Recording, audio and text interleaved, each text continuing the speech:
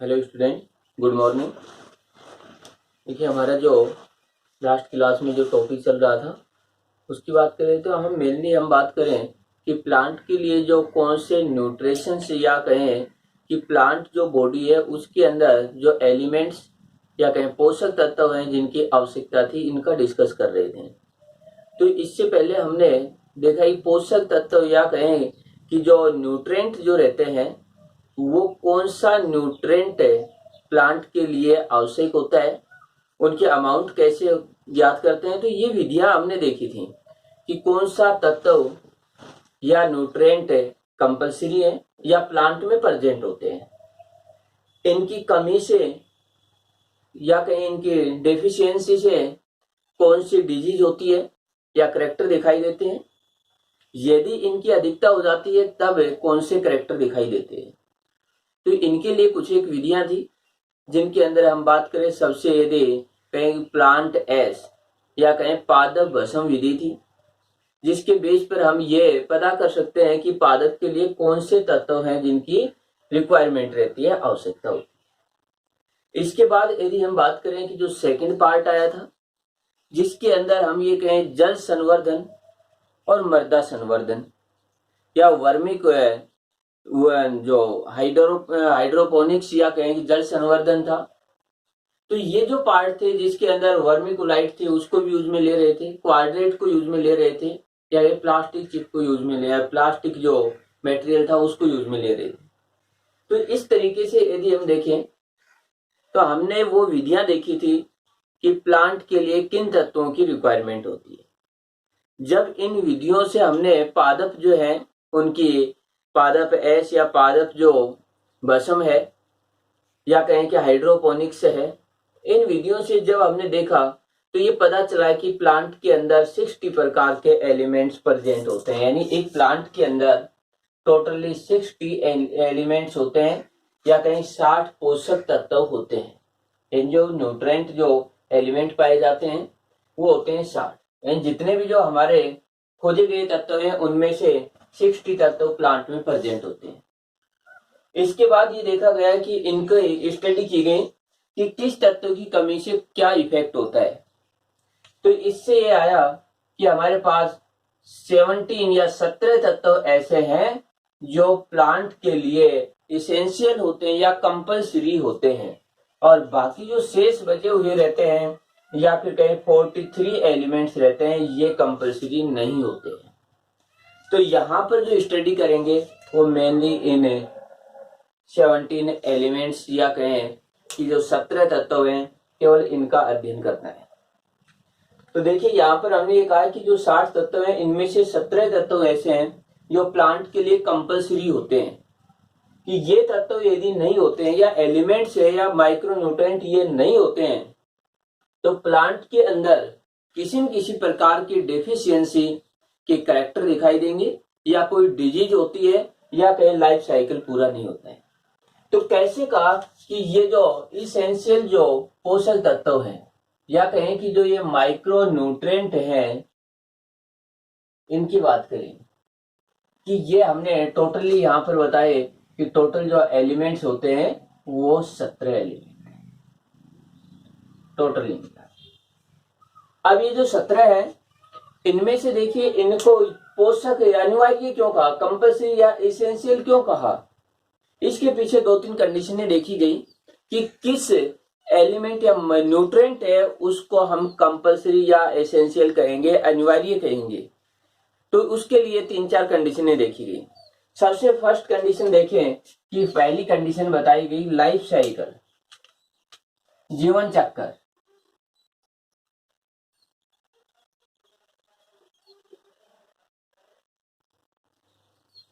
Life cycle देखिए कि ये कहा गया कि ये जो एलिमेंट्स हैं ये 17 जो एलिमेंट्स हैं इनमें से यदि किसी एक की भी कमी हो जाती है यानी 1 एलिमेंट्स या न्यूट्रिएंट की डेफिशिएंसी हो जाती है तो प्लांट का लाइफ साइकिल कंप्लीट नहीं हो पाता है या वह अपना जीवन चक्र पूरा नहीं कर पाता है। एक तो ये हुआ। इसके बाद दूसरा ये देखा गया तो एक तो पार्ट था ये लाइफ साइकिल का या जीवन चक्र, कि उसके बिना उस तत्व की कमी हो जाएगी या अनुपस्थित रहेगा तो प्लांट का लाइफ साइकिल नहीं होगा। अब इसके बाद है डेफिशिएंसी सिम्टम्स या कहें नैन्यता लक्षण।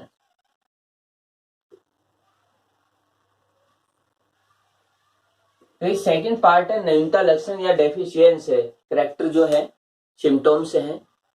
तो यहां पर देखिए कि यदि इन 17 तत्वों में से कोई भी तत्व की कमी हो जाती, चाहे एक की हो या एक से अधिक की हो, तो उस तत्व की कमी के कारण उस पादप में एक विशेष लक्षण दिखाई देगा। यानी हम ये कहें कि यदि इस तत्व की कमी हो जाती है, इस एलिमेंट्स जो है इसकी कमी हो जाती है, तब वो उस तत्व के कमी के कारण उस पादप के अंदर कोई भी न्यूनता डेफिशिएंसी या फिर कहें जो कमी के कोई लक्षण दिखाई देंगे। जैसे मैग्नीशियम की कमी हो जाए तो जो प्लांट की जो लीफ या पत्तियां रहती हैं वो येलो कलर के होने लग जाती हैं, ग्रीन कलर की नहीं होती हैं। तो पता चल गया कि मैग्नीशियम की कमी होते ही हमें लक्षण दिखाई दिया। इसी प्रकार से यदि नाइट्रोजन की कमी हो जाती है, जैसे ग्रोथ कम हो जाती है, हाइट जो है वो नहीं पूरी हो पाती है। तो इस तरीके से हम ये कहें कि इनकी कमी होने पर यदि बोरोन की कमी हो जाती है तो जो पोलिनेशन या परागण की प्रोसेस नहीं होती है।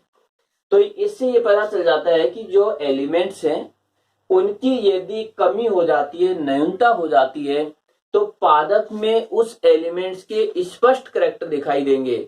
जैसे हमने हाइड्रोपोनिक्स या जल संवर्धन या सैंड कल्चर जो है, इन विधियों के अंदर ये कहा कि एक एलिमेंट्स की कमी कर देते हैं, जो एक्सपेरिमेंट प्लांट रहते हैं उनमें एक की कमी कर देते हैं, प्लांट के अंदर करैक्टर दिखाई दे जाता है कि इस तत्व की कमी से क्या हुआ। इसके साथ एक और भी ध्यान रखना है कि इस तत्व की जगह कोई दूसरा तत्व नहीं ले सकता है, दूसरा एलिमेंट्स इसकी जगह नहीं आ सकता है। यदि बोरोन की कमी है, हम ये कहें कि यहाँ पर जैसे बोरोन की डेफिशिएंसी है, कमी है, तो बोरोन की कमी केवल बोरोन से ही पूरी होगी। शेष बचे हुए किसी भी एलिमेंट्स के द्वारा उस बोरोन की कमी को पूरा नहीं किया जा सकता है। देखिए यहाँ पर ये जो एलिमेंट्स हैं, इन एलिमेंट्स में ये कंडीशन थी कि यदि इनमें से कोई एलिमेंट्स एब्सेंट हुआ तो प्लांट में कोई डेफिशिएंस करैक्टर दिखाई नहीं देते। दूसरी कंडीशन कि यहाँ पर यदि एक एलिमेंट्स है, यदि वो एलिमेंट्स कमी हो जाती है तो दूसरा एलिमेंट से उसकी जगह काम कर सकता है। देखिए एक एग्जाम्पल के तौर पर हम बात करें तो हम ये कहें कि कोई भी जो व्यक्ति है जो काम पर आता है, यदि हम एक लेबर के व्यक्ति की ही बात करें तो कोई लेबर का व्यक्ति है जो सामान को एक स्थान से दूसरे स्थान पर रखने का कार्य कर रहा है, ये हो गया फिक्स। इसके बाद देखिए कि उस व्यक्ति के मान लेते हैं वह व्यक्ति नहीं आता है तो हम दूसरे दिन किसी दूसरे व्यक्ति को बुलाकर भी उस सामान को दूसरे स्थान पर रख सकते हैं। तो ये क्या हुआ कि ये हुआ कि एक व्यक्ति नहीं आया तो दूसरा उसकी जगह ले सकता है, वह काम कर सकता है। तो कोई अनिवार्य नहीं है कि फर्स्ट वाला व्यक्ति कंपलसरी है उसका आना। लेकिन यदि हम बात करें कि जैसे पैसों के लेन देन की, यदि कोई काम चल रहा था तो पैसों के लेन देन की, तो पैसों का या रुपए का जो लेन देन होगा वो बैंक से होता है। अब बैंक की जगह कोई दूसरा नहीं ले सकता है। यदि हम ये कहें कि बैंक की जगह कोई दूसरा ले तो ऐसा नहीं हो सकता है। तो इस तरीके से हम ये कहें कि बैंक का होना कंपलसरी हो गया, उसकी जगह कोई नहीं लेगा। यदि बैंक जो है, बैंक यदि बंद है तो पैसों का लेन देन रुक जाएगा उस दिन। तो यहां पर ये स्थिति हुई। तो यहां पर भी यही कंडीशन है कि यदि एक एलिमेंट्स की कमी हो जाएगी तो हम ये कहेंगे कि उसकी जगह कोई दूसरा एलिमेंट्स नहीं आ सकता है। जैसे बैंक बंद हो गया तो पैसों का लेन देन नहीं होगा, एक करैक्टर दिखाई दिया। लेकिन यदि हम ये कहें कि वहां पर कोई सफाई कर्मी है वो नहीं आता है तो दूसरा भी सफाई कर सकता है। तो इसका मतलब वो अनिवार्य नहीं कि वही व्यक्ति आए, दूसरा भी उस काम को कर सकता है। तो ये होता है डेफिशिएंसी सिंड्रोम जैसे करैक्टर दिखाई दे।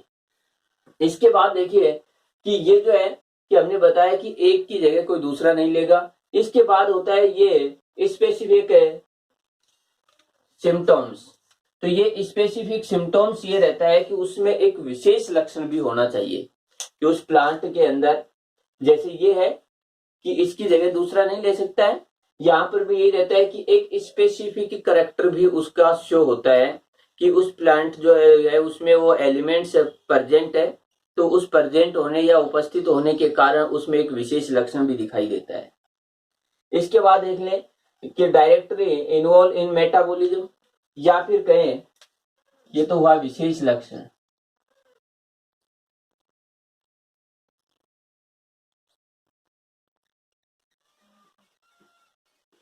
और यहां पर रहेगा उपापचय।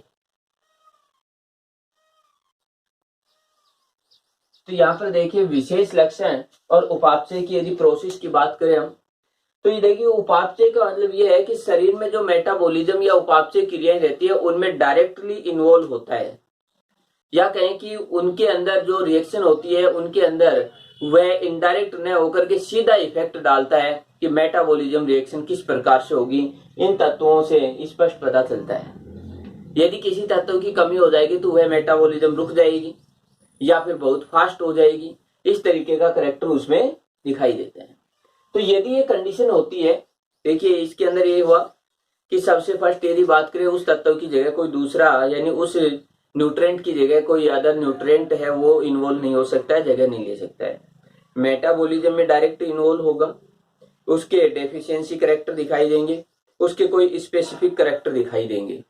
तो इस तरीके से ये यदि कंडीशन है तब हम उसको कहेंगे इसेंशियल न्यूट्रिएंट या अनिवार्य पोषक तत्व। यदि ये कंडीशन नहीं है तब हम उसे अनिवार्य पोषक तत्व नहीं कहेंगे। तो एक तो पार्ट था ये। अब इसके बाद जो है यदि हम देखें कि ये जो पार्ट है, अब देखिए इनका क्लासिफिकेशन किया। ये 17 तत्व है, इनकी अमाउंट कम भी जा सकती है, इनकी अमाउंट अधिक भी जा सकती है। इस बेस पर इन 17 तत्वों को दो भागों में डिवाइड किया। एक भाग तो ये हुआ वर्ध पोषक तत्व, ये पार्ट मैक्रोन्यूट्रिएंट। दूसरा पार्ट हुआ सूक्ष्म पोषक तत्व या माइक्रोन्यूट्रिएंट। यदि इनकी बात करें तो मैक्रोन्यूट्रिएंट है ये 9 होते हैं, यदि इनकी बात करें तो ये 8 होते हैं, यानी ये 9 है ये 8 है, टोटली 17 हो जाते हैं। यदि हम बात करें तो ये तत्व हुए 17। तो यहाँ पर वर्ध पोषक तत्व और सूक्ष्म पोषक तत्व या कहीं मैक्रोन्यूट्रिएंट एंड माइक्रोन्यूट्रिएंट ये किन्हें माना गया, तो देखिए इनके नाम से भी स्पष्ट है, इनकी अमाउंट अधिक चाहिए या इनकी मात्रा अधिक चाहिए प्लांट को। इनकी मात्रा कम चाहिए, लेकिन इनकी मात्रा चाहे कितनी ही कम चाहिए लेकिन होगी कंपलसरी। ये भी एक क्लियर है कि ऐसा नहीं है कि कम चाहिए तब कोई दिक्कत नहीं है, लेकिन कम चाहिए, लेकिन उस कमी के अंदर भी यदि कमी रह जाती है या और कम हो जाता है तो उसके बाद उसके अंदर लक्षण दिखाई देंगे। अब इनके अंदर यदि अमाउंट की बात करें किस बेस पर डिसाइड किया, तो यहां पर देखिए ये जो माइक्रो है ये कहते हैं लेस देन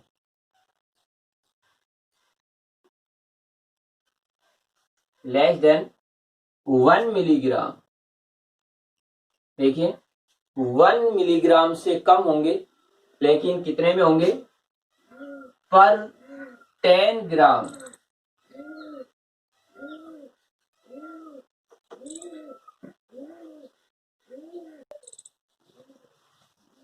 देखिए ये पार्ट रहेगा कि हम कहें कि लेस देन, यानी इस जो ये 8 तत्व है इनकी जो अमाउंट रहेगी वो 1 मिलीग्राम से कम रहेगी। और कितने वेट में रहेगी, तो इसके अंदर ये रहता है 1 ग्राम ड्राई वेट। यदि हम शुष्क भार पादप का 1 ग्राम लेते हैं, देखिए यदि हम पादप का शुष्क भार 1 ग्राम लेते हैं तो उसमें इस तत्व की मात्रा की बात करें तो वह 1 मिलीग्राम से कम होगा। यानी इस 1 ग्राम है, इस 1 ग्राम का 1000वां हिस्सा रहता है। इतनी अमाउंट चाहिए, इससे कम इससे अधिक नहीं होगा। 1 ग्राम से अधिक होते हैं इस कैटेगरी में आ जाते हैं। तो ये जो 8 तत्व हैं, तो हमने ये कहा था कि जो हाइड्रोपोनिक्स है या सैंड कल्चर है, इन विधियों के अंदर धीरे धीरे एलिमेंट्स होती है उसकी अमाउंट को भी बढ़ाया जाता है। फिर देखा जाता है कि कितनी अमाउंट है वो एसेंशियल होती है, कंपल्सरी होती है, तब पता चला कि ये 8 ग्राम है। इनकी अमाउंट है प्लांट के 1 ग्राम ड्राई वेट के अंदर 1 मिलीग्राम की रिक्वायरमेंट होती है, कि 1 मिलीग्राम तक रहे सफिशियंट होते हैं। लेकिन ये जो है इनकी यदि बात करें तो ये जो है 1 से 10 मिलीग्राम, यानी ये कितने रहेंगे 1 से 10 मिलीग्राम पर 1 ग्राम ड्राई वेट, 1 ग्राम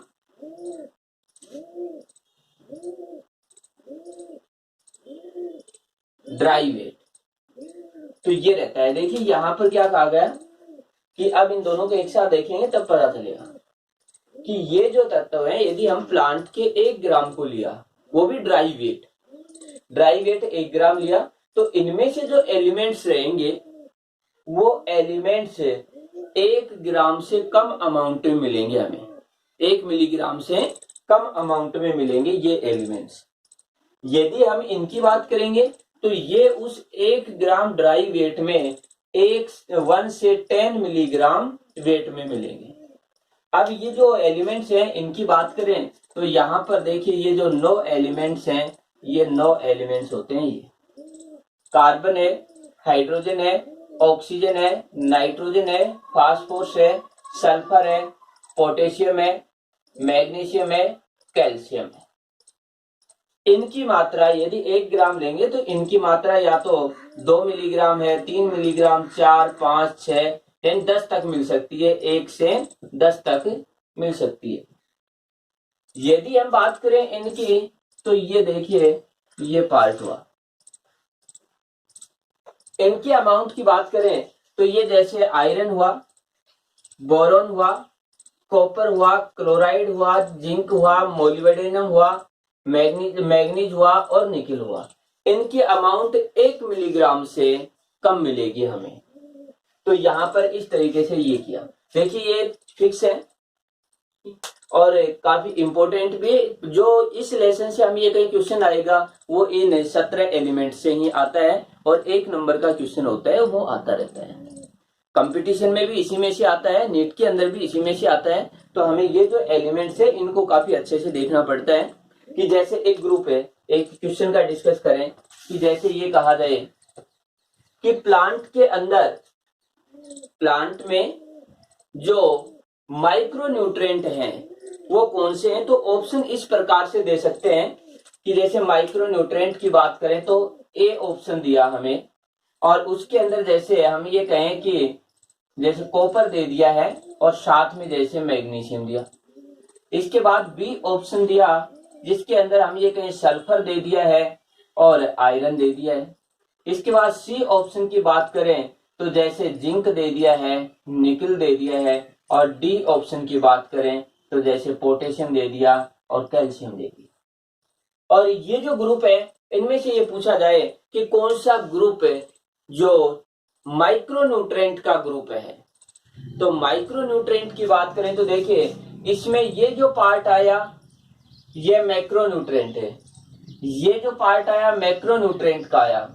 ये जो पार्ट है इसके अंदर देखिए दोनों पार्ट, ये भी माइक्रो और ये भी माइक्रो, और इसमें यदि हम बात करें तो ये दोनों मैक्रो के हैं। तो हम ये कहें केवल क्वेश्चन ये आए कि माइक्रोन्यूट्रिएंट एलिमेंट्स का ग्रुप, तो हमारा आंसर ये हो जाएगा। इस तरीके से एक प्रश्न आता है। क्वेश्चन इस टाइप से भी आ सकता है कि जो मैक्रोन्यूट्रिएंट, तो उसके अंदर ग्रुप हमारा ये हो जाएगा क्योंकि इसमें ये माइक्रोन्यूट्रिएंट आ गए हैं। तो एक तो क्वेश्चन इस टाइप से इसका आ जाता है नीट के अंदर। दूसरा, हमारे जो पेपर के अंदर बोर्ड के अंदर ऑब्जेक्टिवली तो ऐसे नहीं आते हैं, 1-1 नंबर के क्वेश्चन आते हैं, तो उनके अंदर भी ये क्वेश्चन पूछे जाते हैं इस टाइप से, कौन सा माइक्रोन्यूट्रिएंट है या मैक्रोन्यूट्रिएंट है। हो गई ये। इसके बाद देखिए कि ये जो एलिमेंट्स हैं माइक्रो एंड मैक्रोन्यूट्रिएंट, इनके हमें मेनली जो है और भी दूसरे टाइप से इनका क्लासिफिकेशन किया गया। तो क्लासिफिकेशन किया गया है दूसरे टाइप से, तो उनमें देखिए कि जो एक पार्ट दिया स्ट्रक्चरल या संरचनात्मक, संरचनात्मक या स्ट्रक्चरल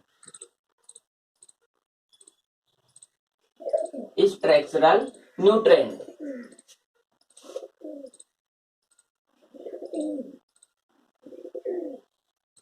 ये देख, संरचनात्मक न्यूट्रेंट का मतलब हुआ इस प्रकार के एलिमेंट्स जो प्लांट के अंदर उसकी स्ट्रक्चर बनाते हैं। और स्ट्रक्चर देखिए, इनसे पहले हम बात करें थोड़ा सा कि यदि सेल की बात करें तो सेल के अंदर यदि कोई भी सेल मेम्ब्रेन होती है, वह सेल मेम्ब्रेन मेनली किसकी बनी रहती है? फॉस्फोलिपिड की। तो फॉस्फोलिपिड का मतलब क्या हुआ कि इसके अंदर फॉस्फेट हुआ, लिपिड के अंदर कार्बन, हाइड्रोजन, ऑक्सीजन। यदि बात करें हम मैग्नीशियम क्लोरोफिल में मिलेगा, प्रोटीन के अंदर नाइट्रोजन मिलेगा। तो ये ऐसे एलिमेंट्स होते हैं जो स्ट्रक्चरल है, संरचना बनाने में काम आते हैं। इसके बाद देखिए कि दूसरा पार्ट ये होगा कि जैसे हम ये कहें कि लिपिड बनेगी, तो लिपिड के अंदर कार्बन होगा, हाइड्रोजन होगा, ऑक्सीजन होगा। इसके बाद हम ये कहते हैं फॉस्फोलिपिड, तो उसमें फॉस्फेट भी है। प्रोटीन की बात करें तो एमिनो अम्ल, एमिनो अम्ल में कार्बन होगा, हाइड्रोजन होगा, नाइट्रोजन होगा, तो एमिनो अम्ल भी हुए। जैसे हम बात करें मैग्नीशियम की, तो मैग्नीशियम के जैसे मैग्नीशियम की करें तो जो क्लोरोप्लास्ट होता है उसमें मैग्नीशियम होता है। तो इस प्रकार से ये जो एलिमेंट्स होते हैं ये स्ट्रक्चरल या संरचनात्मक होते हैं। इसी प्रकार से देखिए दूसरा जो ग्रुप है, एक सेकंड जो पार्ट था एनर्जी का, एनर्जी की बात करें जैसे एनर्जी कि मैग्नीशियम और फॉस्फेट। देखिए एनर्जी का हम बात करें तो एटीपी के रूप में होता है, एटीपी के अंदर क्या मिलेगा? फॉस्फेट मिलेगा। इसके बाद इनका संबंध जैसे क्लोरोफिल या सनलाइट से रहता है तो मैग्नीशियम भी यूज आता है। ऐसे एंजाइम के रूप में बात करें जैसे मैग्नीज है, मैग्नीशियम है, जिंक है, निकेल है। इसके बाद और भी जैसे एलिमेंट्स होंगे। यहाँ पर प्राशन की बात करें ऑस्मोसिस, पोटेशियम और क्लोराइड है। तो ये जरूरी नहीं है कि एक एलिमेंट्स केवल एक पार्ट में रहे, एक एलिमेंट्स दूसरे पार्ट में भी आ सकता है। जैसे मैग्नीशियम यहाँ पर भी आ गया, यहाँ पर भी आ गया है। इसके साथ देखिए मैं कुछ एक एलिमेंट्स और भी बच गए, तो जैसे आयरन हुआ, यहाँ पर जैसे आयरन हो जाएगा। यदि बात करें यहाँ पर कॉपर भी रहता है, यहाँ पर निकल भी रहता है, यहाँ पर मोलिब्डेनम भी रहता है। तो इस प्रकार से एक एलिमेंट्स जो रहता है वो काफी जगह यूज में आ सकता है। आयरन जो है, आयरन यहाँ पर भी आ सकता है ईटीएस के अंदर, कॉपर यहाँ पर भी आ सकता है। तो एक एलिमेंट से ये इस प्रकार के डिवाइडेशन में एक जगह न होकर के 2 या 3 ग्रुपों में भी आ सकता है। इसीलिए ये इतना कोई खास इंपॉर्टेंट नहीं रहता है। यदि संरचनात्मक यदि बात आ जाए तो मेन रूप से हमें ये 4 पार्ट होते हैं, इनको ध्यान करना होता है। कार्बन, हाइड्रोजन, ऑक्सीजन और नाइट्रोजन। देखिए इसमें से जो आने की संभावना रहती है नॉर्मली यही एक क्वेश्चन रहता है। बाकी ये 2-3 ग्रुप में होने की वजह से इस टाइप का क्वेश्चन ये कम पूछा जाता है। तो संरचनात्मक कार्बन, हाइड्रोजन, ऑक्सीजन और नाइट्रोजन। अब इसके बाद देखिए ऊर्जा के रूप में मेनली यदि बात करते हैं तो ऊर्जा की बात करेंगे तो हमेशा फास्ट फोर्स की बात करते हैं एटीपी के रूप में। लेकिन ये एलिमेंट्स भी एटीपी बनाने में इन्वॉल्व होते हैं। तो इस प्रकार से ये तो था इनका ये क्लासिफिकेशन। अब इसके बाद देखिए दूसरा एक पार्ट और भी आ जाता है। एक होता है मिनरल न्यूट्रेंट या एलिमेंट, एक होता है नॉन मिनरल न्यूट्रेंट। मिनरल का मतलब ये हुआ खनिज पोषक तत्व और अखनिज पोषक तत्व। देखिए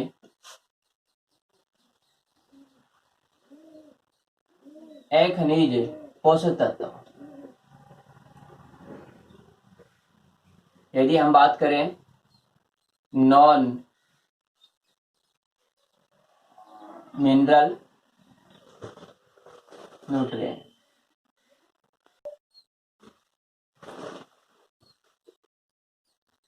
एक खनिज पोषक तत्व और अखनिज पोषक तत्व। खनिज पोषक तत्व का मतलब है कि ऐसे तत्व जिसको हम सोयल से या चट्टानों से निकालते हैं, यूज में लेते हैं, तो वो तो होते हैं खनिज। यदि सोयल है उससे जो सैंड जो है सोयल है उसके अंदर से यदि किसी तत्व को नहीं निकालते हैं तो वो होते हैं अखनिज। तो जो ये 17 तत्व है इनमें से देखिए कुछ तत्व ऐसे हैं जो इन्वायरमेंट से या कहें कि एयर से मिलते हैं। यदि हम बात करें तो देखिए इसके अंदर कार्बन है, हाइड्रोजन है, ऑक्सीजन है। इस तरीके के जो एलिमेंट्स हैं, और साथ में एक एलिमेंट्स होता है नाइट्रोजन।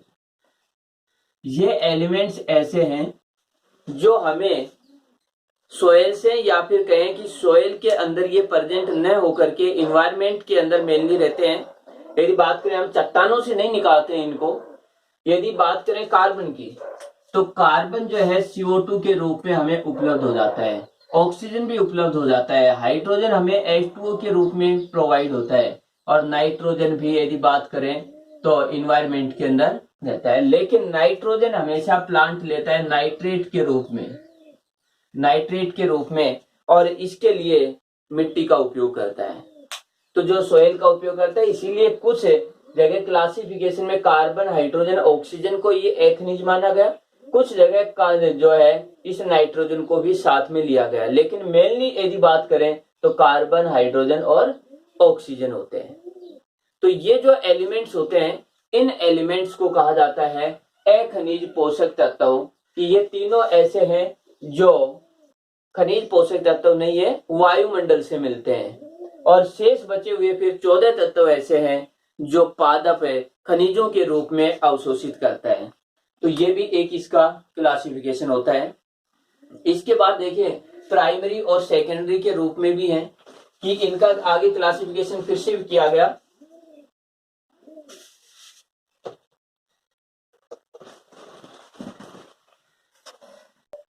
देखिए ये जो वर्धमात्रिक है, इनमें से कार्बन, हाइड्रोजन, ऑक्सीजन को प्राथमिक वर्धमात्रिक या प्राइमरी मैक्रोन्यूट्रिएंट। इसके बाद ये जो पार्ट रहते हैं, इनमें से मेनली तो इनको, लेकिन कई बार इन सभी को भी सेकेंडरी वर्धमात्रिक, या कहें कि जैसे सल्फर, मैग्नीशियम और कैल्शियम, ये द्वितीयक वर्धमात्रिक या सेकेंडरी मैक्रोन्यूट्रिएंट होते हैं। इसके बाद ये जो है, ये दोनों एलिमेंट्स आयरन और बोरोन, ये मध्यवर्ती होते हैं, या कहें कि ये इधर भी हो सकते हैं, इधर भी हो सकते हैं, ये दोनों जगह ही इन्वॉल्व होते हैं।